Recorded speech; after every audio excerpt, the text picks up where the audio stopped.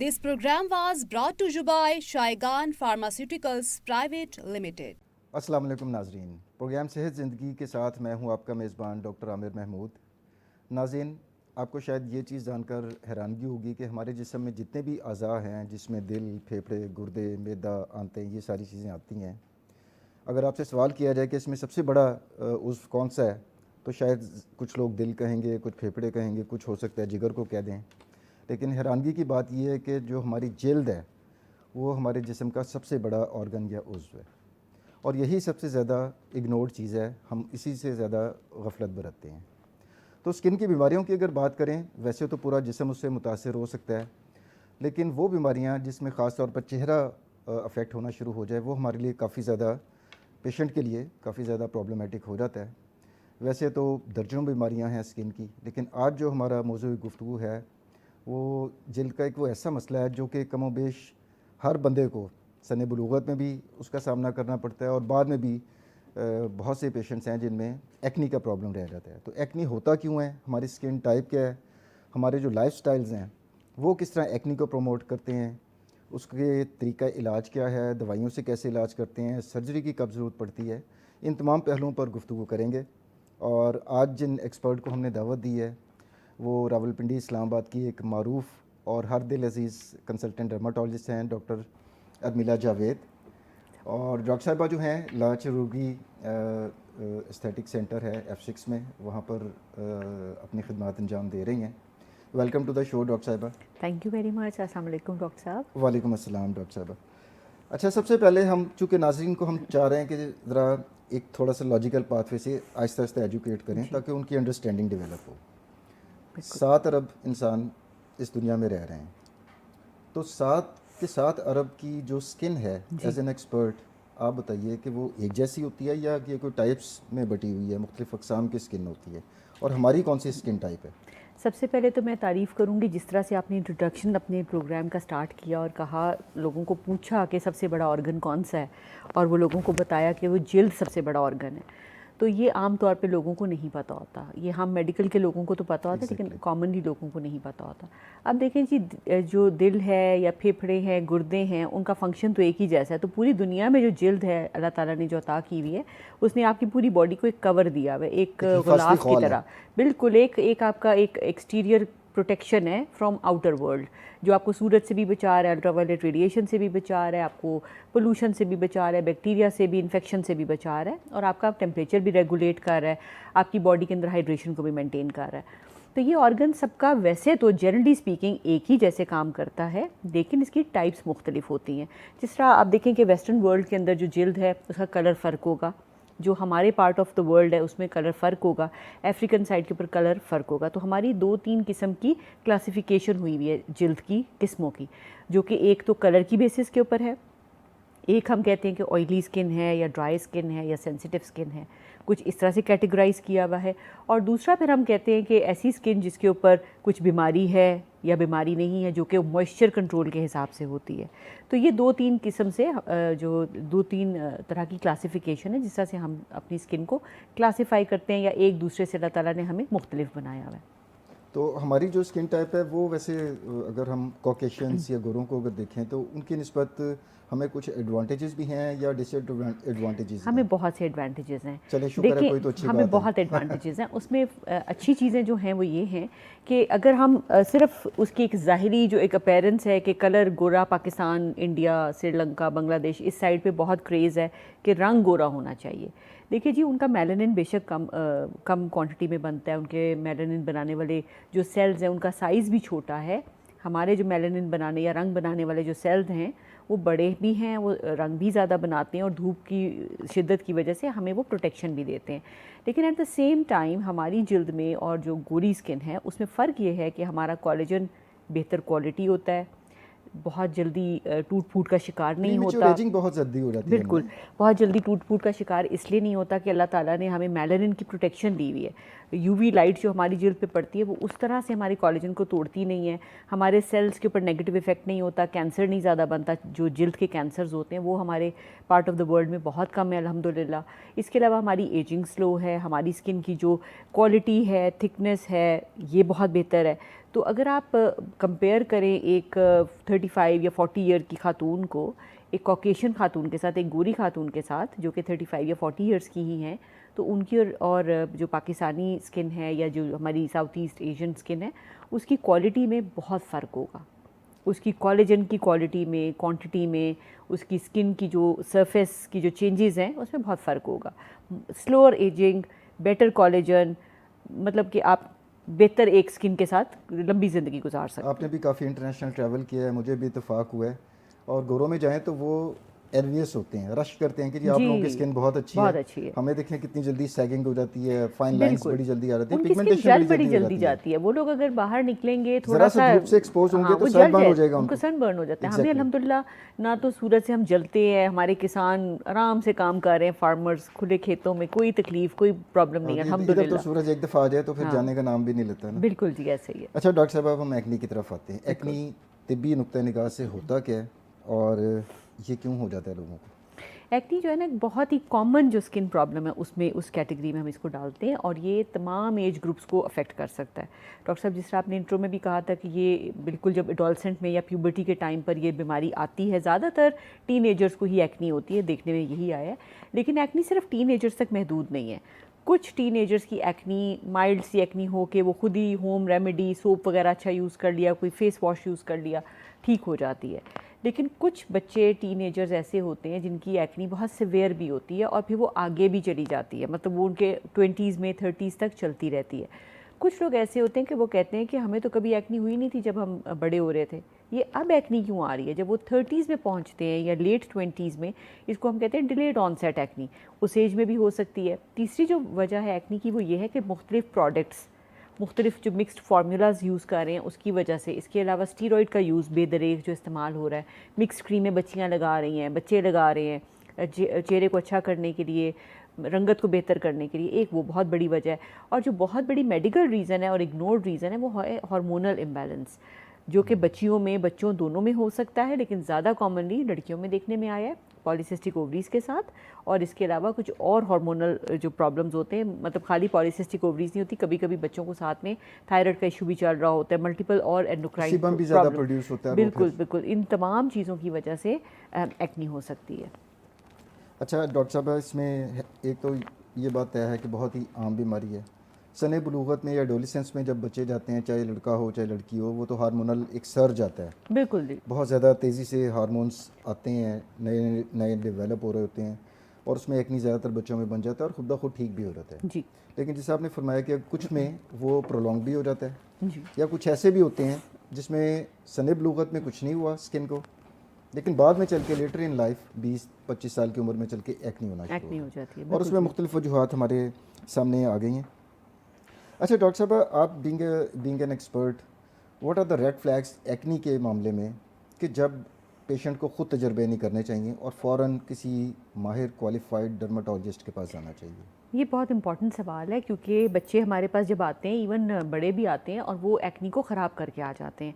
इस हालत में आते हैं कि फिर हमारे लिए इसको ट्रीट करने के लिए जो हमारे पास दवाइयाँ होती हैं वो बहुत स्ट्रॉन्ग दवाइयाँ हमें देनी पड़ती हैं। वही चीज़ जो बड़े आसानी से हम ट्रीट कर सकते थे अगर वो 2-3 महीने पहले हमारे पास आए होते, वक्त पे आए हुए होते, उसको ट्रीट करने के लिए हमें ज़्यादा स्ट्रॉन्गर मेडिकेशन, स्ट्रॉन्गर ट्रीटमेंट्स देने पड़ते हैं। कई दफ़ा तो ऐसे भी होता है कि शादी से बिल्कुल 2 हफ्ते पहले जो ब्राइड टू बी है, जिससे हमारे यहाँ पे बच्चियों की शादियाँ भी जल्दी हो जाती हैं, 18, 19, 20, 21, इस एज की बच्ची आएगी और बड़ी डेस्परेट लुकिंग बच्ची होगी। पेरेंट्स आएंगे, डॉक्टर साहब 2 हफ्ते बाद शादी, आप बड़ी डेस्परेट लुकिंग होगी और मैं सारी जब हिस्ट्री लूँगी, मैं पूछूंगी बेटा आपका कोई फंक्शन वगैरह तो नहीं है नियर फ्यूचर में, तो वो कहेंगे जी बस ये जी 10 दिन बाद शादी है। तो वो एक हमारे लिए बहुत चैलेंजिंग सिचुएशन हो जाती है। बट अदरवाइज़ मैं माओं को, बेटियों को, बच्चों को जो घर में बैठे हुए हैं, जो भी हमारे लिसनर्स हैं, उनको मैं यही बताऊँ, और व्यूअर्स हैं उनको यही बताऊँगी कि अगर आपकी एक्नी जो है वो आम एक्नी, छोटा मोटा दाना, वाइट हेड, ब्लैक हेड से ज़्यादा आपको गिल्टी नुमा फील होने लग गया कि कहीं ना कहीं पे नीचे गिल्टी है, आप फील करते हो, तो आपको लगता है कि इसकी नीचे जड़ें हैं, जिसको कहते हैं कि जड़ें हैं इसकी, अगर उस तरह की एक्नी बन रही है, अगर चेहरे के अलावा आपके सर के अंदर भी दाने आ रहे हैं, बॉडी के अंदर दाने आ रहे हैं, चेस्ट के ऊपर, बैक के ऊपर, आपके बाजुओं के ऊपर, बगलों की जगह पर, या और जो आपके हिडन पार्ट्स, प्राइवेट पार्ट्स हैं, उधर भी एक्नी आ रही है, ये दूसरी चीज़ होगी। तीसरी चीज़ कि ऐसी एक्नी जिसमें बहुत सिवियर पेन है, आम थोड़ा बहुत तो पेनफुल होता है, लेकिन बहुत ज़्यादा पेन है, इवन आपको साथ में ऐसे लग रहा है कि मुझे फीवरिश फीलिंग भी हो रही है, तबीयत मेरी ज़्यादा ख़राब हो रही है, तो ऐसी सूरत में भी आपने फ़ौरन डॉक्टर के पास आ जाना है। और चौथी चीज़ ये है कि आपने देखा है कि मुझे एक क्रॉप आई थी, एक्नी का एक एपिसोड मुझे आया, और उस एपिसोड के बाद मुझे मेरे चेहरे पे स्कार रह गया है, मतलब जो डीप गढ़ा होता है वो बन गया है। हल्का फुल्का सा निशान की बात नहीं मैं करी, लेकिन अगर स्कारिंग, डिसफिगरिंग स्कारिंग एक्नी है, तो ये 3-4 तो ऐसी सूरत हाल है जिसके अंदर हम कहते हैं कि आपने राइट अवे अपने डॉक्टर के पास आना है। घरेलू तजर्बे, लीमू का अर्क लगा लिया, टोटके लगा लिए, ये दही लगा ली, ये चीज़ें बेसन से धो, ये काम बिल्कुल मत करें, फ़ौरन डॉक्टर के पास आएँ। और नेक्स्ट जो एक इम्पॉर्टेंट 5वीं चीज़ है वो ये है कि किसी बच्ची को एक्नी के साथ आप देखते हैं कि हार्मोनल इम्बैलेंस की भी शिकायत है। उसकी मदर ये नोटिस करती है कि इसके पीरियड्स भी गड़बड़ हैं, या इसका वज़न ज़्यादा हो रहा है, या इसकी बहुत ज़्यादा चिकनी स्किन है, या सर के बाल कम हो रहे हैं फ्रंट से, जैसा लड़कों के बाल रिसीड कर रहे होते हैं। अगर ये अलामात हैं तो आपने लाजमी अपने जो है ना डॉक्टर से रजू। अच्छा डॉक्टर मिला, आप बताइएगा कि ख़ास अलामात क्या होती हैं। और मुझे बड़ी हैरानगी हो रही है, और आई एम श्योर के लोगों को भी हैरानगी हो रही होगी, कि लोग आमतौर पर एक्नी से जो तस्वुर बनाते हैं वो ये कि ये सिर्फ जल्द के ऊपर होती है, और अभी डॉक्टर साहिबा ने ब्रेक पे जाने से बताया कि जल्द के अलावा पूरे जिस्म को भी मुतासिर कर बिल्कुल सकती जी, है। करती है तो मैं चाहूँगा कि इसको ज़रा थोड़ा सा और इलेबरेट कर दें कि दाने कहाँ पाए जा सकते हैं। एक्नी जो है वो एक बहुत ही वाइड ब्रॉड स्पेक्ट्रम किस्म का एक बीमारी है, और एक्नी के साथ बहुत सी और चीज़ें एसोसिएटेड भी, जिससे मैंने कहा कि सर में भी ये जो बैक वाला हिस्सा होता है, यहाँ पे जो गर्दन के पास वाले जो आपके बालों वाला हिस्सा है, यहाँ पे बहुत बुरे वाले दाने निकलते हैं जो कि साइनसेस बना देते हैं। जिस तरह मैंने बताया उसके नीचे जड़ होगी, या वो आपको गिल्टी की तरह फील होगा। इसी तरह बगलों में विजिबल नहीं है तो वो ओवरलुक भी हो जाएगा। एग्जैक्टली ओवरलुक हो जाएगा। माएँ जो है घरों में वैसे ही वो बैंडेज लगा देती हैं बेटों को, और ये ज़्यादातर लड़कों को होती है ये वाली चीज़, ये ज़्यादातर मेल्स में देखने में आई है। इसके अलावा एक्नी के साथ ही एक होती है, उसकी वैरायटी होती है एक्नी कॉन्ग्लोबेटा, मतलब हमारी मुश्किल ज़बान है, लेकिन उसके अंदर ये जो एक्नी होती है उसके साथ आपकी जो बगलें हैं या जो आपके प्राइवेट पार्ट्स हैं, उधर की जो sebaceous and oil producing glands और जो एपोक्राइन ग्लैंड्स हैं वो भी अफेक्ट हो रही होती हैं, और वहाँ पे भी वो क्लॉग होता है, और उसी तरह की गिल्टी सी एक बन जाती है। और बेचारा शाय फील करता होगा कि अब मैं कैसे पेरेंट्स को बताऊं, या कई दफ़ा बच्चे अपने माँ बाप को भी नहीं बता रहे होते। जब वो हमारे पास आते हैं तो वो बहुत बड़ी बड़ी सी सिस्ट्स बन चुकी होती हैं, साइनसेस, ड्रेनिंग साइनसेस, मतलब उससे पस निकल रही है, ब्लीडिंग हो रही है, इन्फेक्शन हो रही है, उसको फिर सर्जिकली भी ट्रीट करना पड़ जाता है डॉक्टर साहब, बिल्कुल ऑपरेशन की भी ज़रूरत पड़ जाती है। तो ऐसी सूरत में एक्नी जब स्टार्ट होती है तो सिंपल ऑयलीनेस चेहरे पे, हल्की सी ग्रीसीनेस, ओपन पोर्स आपके चेहरे पे नुमायाँ होंगे, ब्लैक हेड्स होंगे बच्चों को नाक के ऊपर, माथे पे या चिन वाली पार्ट्स पे, इवन चीक्स पे भी आ सकते हैं। और उसके बाद छोटा मोटा दाना बन गया, जिसको फिंसियाँ, फोड़े फिंसियाँ छोटी छोटी सी जो होते हैं, बिल्कुल वाइट हेड, ब्लैक हेड्स और पस्ट्यूल्स। लेकिन इसके बाद का जो मैंने आपको बताया वो बाजुओं पे, शोल्डर्स पे, बैक पे इफेक्ट करना, फ्रंट चेस्ट को इफेक्ट करना, बगलों को इफेक्ट करना, प्राइवेट पार्ट्स वाली जो ग्लैंड्स हैं उनको इफेक्ट कर देना, तो ये सिवियर फॉर्म है एक्नी की। तो ये बहुत बड़ा एक ब्रॉड स्पेक्ट्रम है। ज़्यादातर लोगों को अल्हम्दुलिल्लाह बहुत सिवियर एक्नी नहीं होती है, ये अल्लाह का बड़ा एहसान है। लेकिन एक सर्टन परसेंटेज है, उनकी फैमिली हिस्ट्री भी होती है, और वो एक बहन भाई को अगर है तो वो प्रोन होते हैं बाकी बहन भाई भी इस तरह की चीज़ डेवलप करने में। मेरे पास बहुत, उनको तो फिर इमीडिएटली डॉक्टर के पास मेरे पास तो बहुत करना चाहिए। बिल्कुल, मेरे पास तो बहुत सी फैमिलीज ऐसी हैं कि एक बड़े बहन भाई को है, तो फिर हम छोटों को पहले से वार्न कर देते हैं कि प्यूबर्टी में जाओगे, आपको कोई दाना गिल्टी ऐसी फील होती है बगल में या किसी ऐसी जगह, तो फ़ौरन आपने अपने पेरेंट्स को बताना है, क्योंकि एक बहन भाई पहले सफ़र कर चुका हुआ होता है।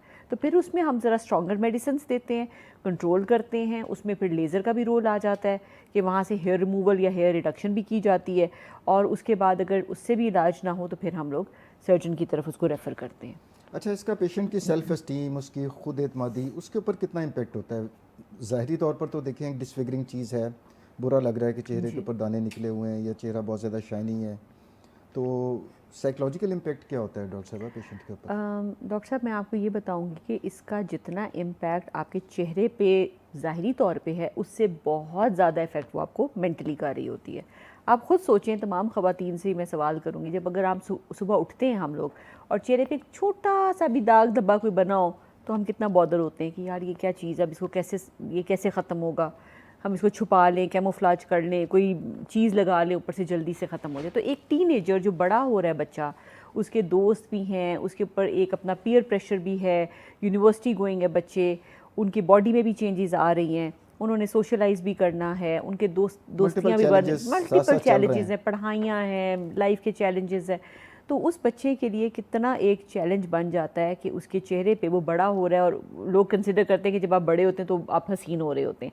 तो सब बच्चे माशाल्लाह कद भी निकल रहा होता है, बाल भी अच्छे हो रहे होते हैं, तो कुछ बच्चों के चेहरे पे इतने ज़्यादा सारे दाने निकल आए जो कि उनको रेडनेस दे रहे हैं, इचिंग दे रहे हैं। एक तो चलो एक फ़िज़िकल पेन तो जो दे रहे हैं, साथ में स्कारिंग की वजह से उनको मेंटली बहुत ज़्यादा ट्रॉमा होता है। बच्चे आइसोलेट हो जाते हैं, बच्चों की दोस्तियाँ ख़त्म हो जाती हैं, they don't go out, they don't want to वो हैंग आउट नहीं करते, वो सोशलाइज नहीं करते। पढ़ाइयों से बच्चे उचाट हो जाते हैं, वो कहते हैं हमने स्कूल नहीं जाना, बच्चे दूसरे बच्चे मजाक उड़ा रहे हैं, बच्चे बुली कर रहे हैं, मजाक उड़ा रहे हैं, तुम्हारे दाने ये वो। तो बात ये है कि एक तो हमें सोशली भी हमारे पर रिस्पॉन्सिबिलिटी है। टीचर्स को चाहिए कि वो एक छोटा सा काउंसलिंग सेशन रखें बच्चों का। टीचर्स भी बच्चों को बता सकते हैं कि एक सेल्फ़ केयर, सेल्फ़ ग्रूमिंग और डॉक्टर के पास आपको जाना चाहिए, ये एक बीमारी है, क्योंकि पेरेंट्स नहीं मान रहे होते। मैंने देखा है कई पेरेंट्स बड़ी मुश्किल से, उनके अंदर इतनी रिलक्टेंस होती है बच्चों को एक्नी के लिए हमारे पास लाने के लिए कि हमने बहुत एजुकेट किया है।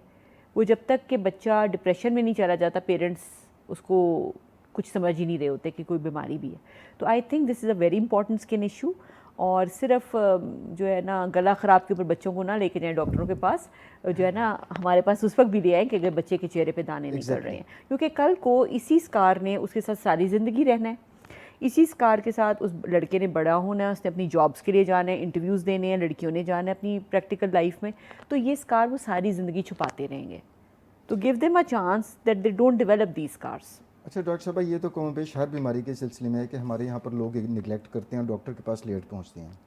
अब अगर एक पेशेंट है जिसको लॉन्ग स्टैंडिंग एक्नी है और वो ट्रीटमेंट भी नहीं ले रहा है, डायग्नोज भी नहीं करवा रहा, तो उसकी कॉम्प्लिकेशंस क्या हो सकती हैं? डॉक्टर साहब, जिससे पहले मैंने समराइज़ कर देती हूँ। जैसा मैंने पहले भी बताया कि उसमें आपको नोड्यूल्स बन जाएंगे, पेनफुल हो जाएगा, साइनसेस बन जाएंगी, अल्टीमेटली स्कार्स बहुत बुरे गड्ढे बन जाते हैं चेहरे पे, जो कि फिर वो हील अप नहीं होते हैं। उसको फिर हमें कुछ ना कुछ लंबा ट्रीटमेंट ही करना पड़ता है, जिसका फिलर्स और लेजर्स वगैरह। तो एक तो स्कारिंग हो गई, डिसफिगरिंग स्कार्स बन सकते हैं, कईयों को कीलोइड्स बन जाते हैं। एक्नी की जगह पर स्कार के ऊपर मोटा सा एक, आप समझो कि जिस तरह से उभार है, एक्स्ट्रा स्किन निकल आती है, उसको कीलोइड्स। और वो ज़्यादातर जो जिनको चेस्ट पे एक्नी है, बैक पे एक्नी है, उन लोगों को ज़्यादा ये चीज़ डिसफिगरिंग किस्म की निशान, बड़े बड़े एक आप समझो कि नोड्यूल्स बन जाते हैं, कीलोइड्स उसको कहा जाता है, वो भी बन जाते हैं। इसके अलावा कुछ लोगों को जो है वो स्कारिंग के अलावा परमानेंटली वो एक डिप्रेशन में चले जाते हैं, डिप्रेशन में बच्चा चला जाएगा। और किसी किसी जगह पे, जैसा मैंने कहा कि ये नेप ऑफ नेक पे या चेस्ट पे अगर बहुत ज़्यादा डिसफिगरिंग हो गई है या बहुत ज़्यादा नोड्यूल बड़ा था, तो वहाँ से बाल भी हमेशा खड़े उड़ जाते हैं। और सोशल इसका इम्पैक्ट तो जो मेरे जहन में आ रहा है कि हमारी जो बच्चियाँ हैं उनकी बेचारियों के तो रिश्ते भी फिर उसमें भी प्रॉब्लम आना शुरू हो जाता होगा। हमारे यहाँ पर तो अनफॉर्चुनेटली लड़की को एक शो पीस के तौर पर ही प्रेजेंट किया जाता है। बिल्कुल राइटली डिमोरलाइज्ड फील करती होगी, बहुत डिमोरलाइज फील करती हैं, इस वजह से नहीं हो पा रहा। बहुत बच्चियां मुझे आके कहती हैं, और फिर स्किन वहाँ पे ज़ाहिर है वो अफेक्टेड स्किन है, उसके ऊपर वो क्रीमें लगाती हैं, कुछ भी करती हैं, तो वो और स्किन थिन भी हो जाती है। कोलेजन तो पहले ही कॉम्प्रोमाइज है, विशियस साइकिल चलता रहता है। बिल्कुल ये चीज़ आप बिल्कुल सही कह रहे हैं। उसके बाद वो कैमोफ्लेज करने के लिए मेकअप करती रहती हैं पूरी ज़िंदगी, उसको छुपाने के लिए मेकअप करती रहती हैं पूरी ज़िंदगी के लिए। जी नाज़रीन, डॉक्टर अर्मिला ने अभी बड़ी तफसीली उसकी जो क्लिनिकल सिम्टम्स हैं वो बताए एक्नी के, और उसकी पेचीदगियाँ अगर बर वक्त इलाज ना करवाया जाए। वक्फे पे से वापस आने के बाद हम डॉक्टर साहब से अब तरीका इलाज के ऊपर भी बात करेंगे। डॉक्टर अर्मिला से पूछते हैं कि पेचीदगियों का भी जिक्र हो गया, अलामात का भी जिक्र हो गया। डॉक्टर साहब, पेशेंट आपके पास एक्नी के साथ आता है, अब लगाने वाली क्रीम्स भी होती हैं, खाने वाली अद्वियात भी होती हैं, प्रोसीजर्स भी होते हैं, तो मैं चाहूँगा कि आप जो हमारे व्यूअर्स हैं, ख़ास तौर पर वो जो एक्नी से सफ़र कर रहे हैं, उनको रे ऑफ होप दिखाएं कि जनाब क्या क्या ट्रीटमेंट मोडेलिटीज़ आपके पास अवेलेबल है।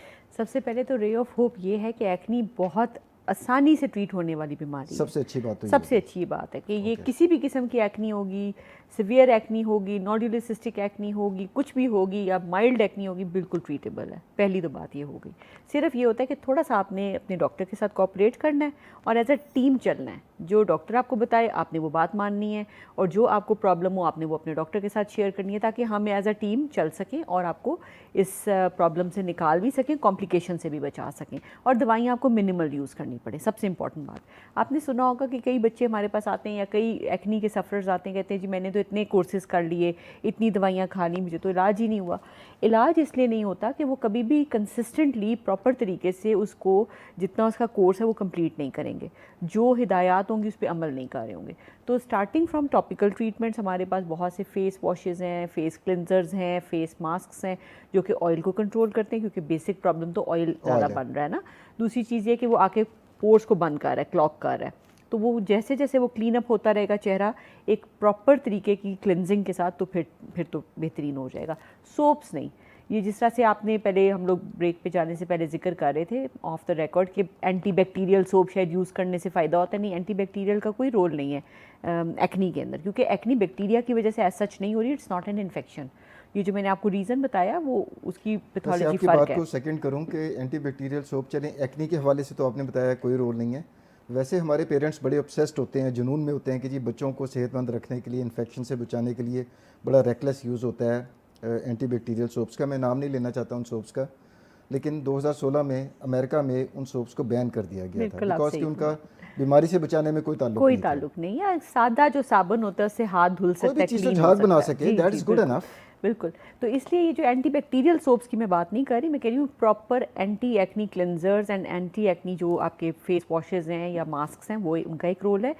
फिर उसके बाद कुछ लोग कहते हैं पीलिंग कर लो। पीलिंग में मेरी फेवरेट प्रोसीजर नहीं है, इसलिए क्योंकि पाकिस्तान में बहुत धूप है, बहुत गर्मी है, और पीलिंग के साथ बहुत ज़्यादा केयर चाहिए होती है, तो वो केयर हमारे पेशेंट्स हर कोई नहीं कर सकता। पीलिंग में तो आपने एक जिल्द के लेयर उतार दी, अब वो एक्सपोज हो गई, रॉ स्किन, बिल्कुल रॉ स्किन हो जाती है, बाहर जाएगा धूप में तो वो तो बेड़ा गर्क कर देगा, के इफेक्ट्स भी होंगे और अल्ट्रावायलेट रेडिएशन भी बेड़ा गर्क करेगी। तो उससे बहुत बेहतर होता है कि आप हाइड्रा फेशियल की तरह की जो थोड़ी माइल्डर वर्जन हैं, स्किन क्लीनिंग और सक्शन के साथ सारे के सारे पोर साफ हो गए। ये बेसिक सी चीज़ें हैं, टीनेजर्स भी, यंग बच्चे करा सकते हैं, सेफ है बिल्कुल। और ये सारे नॉन इन्वेसिव प्रोसीजर हैं, नॉन इन्वेसिव, बिल्कुल जी। नेक्स्ट चीज़ आती है टॉपिकल क्रीम्स, जो कि मुख्तलिफ किस्म की चीज़ें होती हैं, उसके अंदर एंटी बैक्टीरियल कुछ सोल्यूशंस होते हैं, कुछ क्रीम्स ऐसी होती हैं कि वो ऑयल प्रोडक्शन कंट्रोल कर रही हैं, ज़्यादा जिल्द को एक्स्ट्रा जो उसका टर्नओवर है साइकिल का उसको रोक रही हैं, कुछ ऐसी हैं जो कि इन्फ्लेमेशन को कम कर रही हैं। तो मुख्तलिफ नाम से मार्केट में अवेलेबल हैं, जो कि भी मैं दवाइयों के नाम नहीं लूँगी, नहीं तो हमारे जो व्यूअर्स हैं वो जाके फ़ौरन ख़रीदने लग जाते हैं। तो इस तरह नहीं करना, या आपने ऐसे कभी भी किसी भी दवाई को ऐसे नहीं ख़रीदना।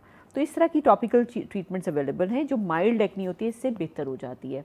जो वाइट हेड्स ब्लैक हेड्स वाली एक्नी है वो इससे बहुत बेहतर हो जाती है। नेक्स्ट लेवल आता है अगर पस्ट्यूल्स बने हुए हैं, अगर एक्नी ज़्यादा सिवियर है, बाकी बॉडी को भी अफेक्ट कर रही है, तो फिर हम खाने वाली दवाइयाँ देते हैं।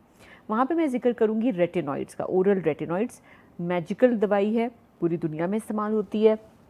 सिर्फ इसके साथ डॉक्टर साहब केयर ये करनी होती है कि जो चाइल्ड बेयरिंग एज की ख़वातीन होती हैं उनको हम कहते हैं कि आपने, क्योंकि आपके आगे अभी फैमिली चल रही है, आपने नेक्स्ट प्रेगनेंसी भी प्लान करनी है जो भी, तो फिर हम उनके अंदर बहुत केयरफुली ये दवाई देते हैं, क्योंकि ये दवाई माँ के लिए तो बिल्कुल ठीक है, सेफ़ है, लेकिन बच्चे के लिए सेफ़ नहीं होती है अगर वो मदर कंसीव करती है। तो ये इधर मैं थोड़ा सा लोगों को वार्न करूँगी कि किसी भी डॉक्टर के पास जाके कोई भी दवाई जो वो लिख के दे आपने ऐसे नहीं लेनी, थोड़ी सी रिसर्च करें। तो रेटिनॉइड्स के साथ you have to be careful, but otherwise nodular cystic जो आपकी मोटे वाले दाने बन रहे हैं, फोड़े फिंसियाँ और तकलीफ़ वाले दाने, उनमें अमेजिंग रिजल्ट्स, अमेजिंगली काम करती है, मैजिकली काम करती है। फिर आ जाता है लेज़र्स का रोल, आपके जो radio frequency devices, micro needling, ये तमाम चीज़ें ना सिर्फ एक्नी के निशानात को कम करती है बल्कि स्कारिंग को भी इम्प्रूव कर देती है। तो ये तमाम चीज़ें हैं जो कि जिस तरह की एक्नी होगी उस तरह का इलाज आपको आपका डॉक्टर बताएगा, लेकिन ये hands in hands with your doctor आपने चलना होता है इस पाथवे पे। अच्छा डॉक्टर साहब, आपने पहले पॉलीसिस्टिक ओवरीज का सिंड्रोम का जिक्र किया था, जो कि हमारे मेरे ख्याल है लगभग कोई 15 से 20% जो बेचारी नौजवान लड़कियां वो इसका शिकार होती हैं, बहुत ज़्यादा मोटापा भी हो जाता है, चेहरे पर बाल आ जाते हैं, एक्नी आ जाता है। तो इस तरह के पेशेंट आपके पास भी पेरेंट्स लाते होंगे जिनके बच्चियों के चेहरों के ऊपर बाल हैं और दाने बने हुए हैं, आपने तो चले प्रोसीजर करके उसको ट्रीट कर दिया, तो आपके पास कोई ऐसा मैकेनिज़्म होता है कि आप गायनेकोलॉजिस्ट को भी रेफ़र करें कि ताकि उसका प्रॉपर हार्मोनल बैलेंस इंश्योर किया जाए और उसकी जो अंडरलाइंग कॉज है जो ओवरीज के अंदर है बिल्कुल उसको भी एड्रेस किया जाए? डॉक्टर साहब यही तो बात है कि जो स्पेशलिस्ट डॉक्टर होते हैं ना वो डिफरेंट जो स्पेशलिटीज़ होती हैं उनको इकट्ठा मिलके काम करना होता है। अब जो हमारी ये वाली स्पेशलिटी डर्मेटोलॉजी, इसका बहुत ज़्यादा रोल है एंडोक्रिनोलॉजिस्ट के साथ और गायनेकोलॉजिस्ट के साथ। तो हमारे तो टीम के अंदर ही एक ना एक एंडोक्रिनोलॉजिस्ट या एक ना एक गायनेकोलॉजिस्ट हमारे साथ इन टच होता है। तो ऐसी बच्चियाँ, बिल्कुल आपने सही फरमाया, कि जिनके चेहरे पे बाल हैं, बहुत ऑयली स्किन है, गर्दन पे नेक पे डार्क हो रही है स्किन और वो समझ रही है शायद ये मैल जमा हुई है, नहीं, वो साइन है इंसुलिन रेजिस्टेंस का। और ये पॉलीसिस्टिक ओवरीज के अंदर बड़ा कॉमनली देखने में आया है। और इसके डायबिटीज़ की तरफ बिल्कुल डायबिटीज़ की तरफ जा रही होती हैं बच्चियाँ। फिर चेहरे पे हमारे पास तो शायद वो एक्ने के लिए आएंगी या चेहरे के बालों के लिए आएंगी, लेकिन हम उनके बेसिक टेस्ट करवा के उनको डेफिनेटली गायनेकोलॉजिस्ट की तरफ रेफ़र करते हैं। और गायनेकोलॉजिस्ट भी हमारी तरफ रेफ़र करती हैं हेयर रिडक्शन के लिए, एक्नी मैनेजमेंट के लिए, क्योंकि सब बच्चों को, तमाम लड़कियों को, यंग बच्चियों को हम लोग हार्मोन्स पे नहीं डालना चाह रहे होते। तो हम कहते हैं कि चलो अगर हार्मोन्स उसके प्रोफाइल अभी फ़िलहाल नॉर्मल रेंज में, तो जो अदर मोडेलिटीज़ हैं उसके ऊपर डाल के और फिर एक्नी को हम मैनेज करते हैं। अच्छा डॉक्टर साहब भाई, यहाँ पर हमारे सब कॉन्टिनेंट में, उसमें सिर्फ पाकिस्तान ही नहीं, बांग्लादेश, श्रीलंका, इंडिया, ये ममालिक भी शामिल हैं, लोगों को गोरे होने का बड़ा क्रेज़ होता है जी। तो बहुत सारा सोशल मीडिया के ऊपर एड्स होते हैं जिसमें ओवरनाइटली कि जनाब आज आप क्रीम इस्तेमाल करें और एक हफ्ते बाद रंगत आपकी बस ऐसे हो जाएगी जैसे हक होता है उसका। तो अगर ऐसी बात होती है तो नेल्सन मंडेला भी वो क्रीम इस्तेमाल करके डोनाल्ड ट्रंप जितना सफ़ेद हो रहा था। तो ऑन अ लाइटर नोट, आप बताइए बीइंग एन एक्सपर्ट कि ये वाइटनिंग क्रीम कितनी डेंजरस हो सकती हैं? डॉक्टर साहब, ये तो मैंने मेरे ख्याल में जब से प्रोग्राम टीवी पे करने शुरू किए हैं, जब से मैं क्लिनिक कर रही हूँ, ये मैं लोगों को समझा रही हूँ कि healthy skin, healthy skin, healthy skin, not that doesn't have to be white, not गोरी स्किन। गोरी skin is not healthy skin. गोरी स्किन चले ठीक है, एक रंगत की हद तक ठीक है, लेकिन जो हेल्दी स्किन होती है उसके ऊपर इट्स अ स्किन जिसके ऊपर दाने, पिंपल्स, छाइयाँ, दाग धब्बे नहीं हैं, उसमें कोई एक्स्ट्रा ऑयल नहीं आ रहा, उसके ऊपर कोई एक्जिमा नहीं है, आपकी जो है उसके चेहरे के ऊपर बाल नहीं है। ये तमाम चीज़ें अगर नहीं है तो आपकी स्किन हेल्दी है, प्रॉपर्ली हाइड्रेटेड है, हाइड्रेटेड है, जो आपकी सप्पल लुकिंग स्किन है, यूथफुल स्किन है। यही क्राइटेरिया होते हैं पूरी दुनिया में, all over the world. Even beauty का क्राइटेरिया ये है कि आंखें ऐसी हों, आपके नक्शो निगार ऐसे हों। लेकिन कहीं पे मैंने इतनी ट्रेनिंग्स की हैं, कभी नहीं मैंने सुना कि आप गोरे हों तो आप हसीन हैं, ये मैंने कभी भी नहीं सुना। और अल्लाह ताला ने हर रंग में, हर किस्म के जो वेरिएशन है ना आपकी स्किन की, उसमें खूबसूरती रखी हुई है। मेरे ख्याल में ये जो हम लोग क्रेज़ी होकर फिर रहे होते हैं ना कि गोरा होना है, गोरा नहीं। देखिए, अगर आपके चेहरे पे मेलाज़मा है, बिल्कुल मैं ट्रीट करती हूँ। अगर आपकी स्किन किसी वजह से डार्क हो गई है over the period of time, stress की वजह से, हार्मोनल इम्बैलेंस, आयरन की डेफिशिएंसी है, तो उन कमियों को पूरा किया जाएगा ताकि स्किन आपकी हेल्दी हो। लेकिन गोरी वाली क्रीम से फ़र्क नहीं पड़ेगा। अगर आयरन कम है, विटामिन डी कम है, तो उसको रिप्लेस करना है ताकि स्किन आपकी हेल्दी हो, ना कि मैं आपको गोरी वाली क्रीम। और दूसरा एक और रोल, एड्स का बहुत बुरा रोल है। ये जो एडवर्टीज़मेंट्स चलती हैं हमारे सोशल मीडिया के ऊपर, आपने भी देखा होगा कि अगर आप अपना फ़ोन उठाएं तो फ़ौरन आपके पास पॉपअप होने लग जाएंगे एड्स। तो हमारे तो जहन पुख्ता है, हमें तो समझ है, लेकिन जो जनरेशन है जिसको अभी सेंस नहीं है, वो ब्लाइंडली फॉलो करती हैं, वो हर उस ट्रीटमेंट के ऊपर चले जाते हैं, फ़ोन करते हैं, अपॉइंटमेंट बुक करते हैं और अंधाधुंध अपने लिए जो है ना एक मुसीबत ले आते हैं घर पे। पेरेंट्स के पैसे भी ज़ाया, अपने पैसे भी ज़ाया, और स्किन का भी नाकाबिले तलाफ़ी नुकसान। अच्छा डॉक्टर साहब, आप हमारे प्रोग्राम में का जो वक्त ख़त्म होने में सिर्फ 1 मिनट है, और मैं आपसे रिक्वेस्ट करूँगा कि आज का जो हमारा टॉपिक था एक्नी और उसकी मैनेजमेंट, उस हवाले से आप जो हमारे व्यूअर्स हैं उनको टेक होम मैसेज शॉर्ट सा क्या देना चाहेंगे प्लीज़? मेरा टेक होम मैसेज एक्नी के हवाले से ये है कि तमाम लड़कियां और लड़के जिनको बिल्कुल माइल्ड सी भी एक्नी है और अगर वो आपसे मैनेज नहीं हो रही है, तो हम बैठे हुए हैं, हमारे पास आएँ, हम एक्सपर्ट हैं, हम आपका तमाम जो मसला है उसको भी सॉल्व करेंगे। इसके अलावा आपको जो स्कारिंग बाद में होनी है या कोई प्रॉब्लम उसकी वजह से होनी है, हम उसको भी हल कर देंगे। तो दिस इज़ वेरी इंपॉर्टेंट, अपनी जल्द का ख्याल रखें। दिस इज़ योर ऑर्गन जो कि पूरी ज़िंदगी आपके साथ रहना है। कपड़े बदले जा सकते हैं, जल्द नहीं बदली जा सकती।